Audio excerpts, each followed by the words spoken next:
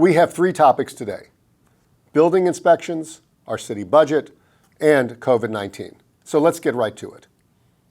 Within a day of the Surfside collapse, our building inspectors commenced a walkthrough inspection of every one of the 507 commercial residential buildings going through their 40-year recertification process. The inspections were completed last week. Now, an additional 106 buildings were also inspected based on other information we've received from social media and resident communications. Now, we also requested that every one of the buildings in the recertification process produce an inspection report detailing the current state of their electrical and structural conditions by July 20th. Our goal is to simply make sure that all our buildings are up to date and compliant with their obligations under the building code. Most have been very cooperative, but we have advised less than a handful that have been too unresponsive that they will be evacuated if they don't take care of these obligations. Our goal is to simply make sure no one is kicking the can down the road. Now, our city, the county, and state will be re-examining our building code and the processes in place as we learn more about the tragedy in Surfside.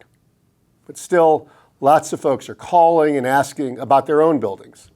No one needs to be panicking right now.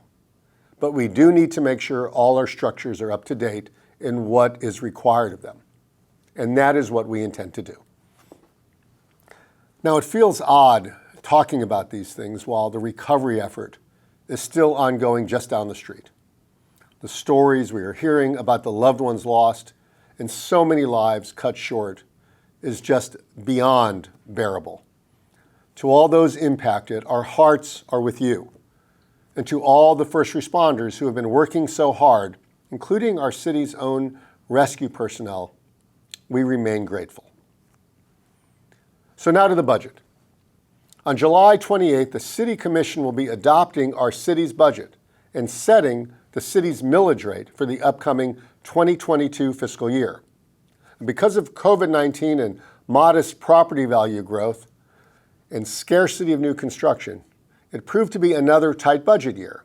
Our goal was to keep our millage rate low without impacting city services and without damaging our reserves. And while we appear to be successful in doing so, I want to dive a little deeper into what our next budget will look like. Let's start by looking at the latest fiscal trends. Our city's property base saw only a slight increase, which was very consistent with nearby beachfront communities like Bell Harbor, Bay Harbor Islands, and Aventura, which experienced similar or actually slightly worse changes in their existing property values. But while there was only a slight growth in our property values, trend lines reflect that the number of sales and average sales price of homes in our community are rising rapidly. So that bodes well for our longer-term look. As for the millage, the draft budget has no increase to our operational millage rate. We are keeping our millage at the same historically low level it has been for the last few years without impacting public-facing city services. Also helping is a very strong rebound in the hospitality area and the accompanying increase in resort tax revenues. In fact, the proposed budget would increase our reserve funds almost fully to their pre-COVID-19 levels. The Congress's American Rescue Act helped a lot to achieve this accomplishment that will help us retain our excellent bond ratings and this important fiscal safety net. And the proposed budget also includes various enhancements that will elevate our quality of life in our community. This budget funds major public safety improvements, which I believe are vital. 26 additional police officers for our patrol division, accelerated installation of security cameras, and creation of a real-time crime center with staff continuously monitoring. While it's a good start, I think given the current challenges of South Beach, more will be needed.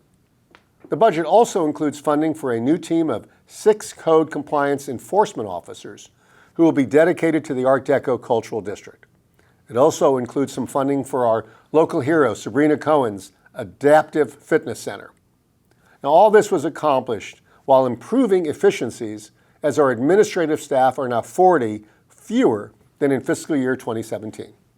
So thank you to our city manager, Alina Hudak, and her team, especially CFO John Woodruff, and Budget Director Tamika Otto-Stewart for being such fine stewards of our taxpayer dollars. Finally, to COVID-19. And frankly, this remains frustrating. Our city really took care of business during the pandemic.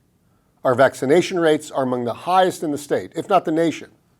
But some are still hesitant to get vaccinated, and there has been an uptick in infections and hospitalizations, especially from the new Delta variant. No doubt you have heard that even some who have been vaccinated have been infected. Fortunately, the vaccinations seem to reduce the severity of the illness.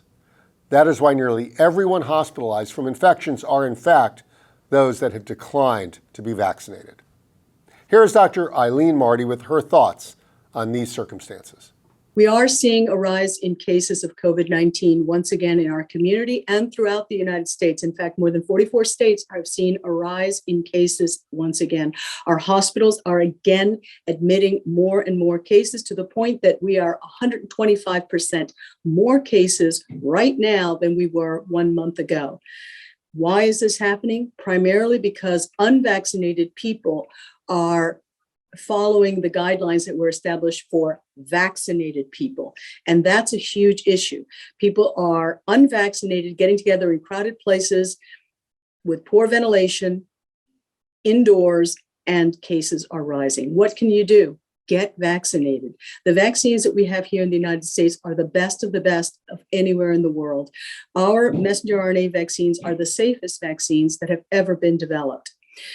The people who are vaccinated sometimes do get the virus into their body, but generally they do not get sick and they do not manifest disease to the same extent as people who are unvaccinated. Please get your vaccine. So, if you have not gotten around to it, get vaccinated. And make sure your family and friends do so as well. It's how we'll finally put this terrible virus in our rearview mirror. And there is no excuse not to get your shot. Our county has coordinated with the State Department of Health to offer vaccines at various county sites as well as private locations like CVS and Walgreens, free of charge. You can visit the county website to find the closest location to you and make your appointment. Publix also offers vaccine appointments online, including for our Sunset Harbor and our North Beach locations. So thanks for your patience and calm, and for your empathy as we pray for all those struggling through the Surfside tragedy.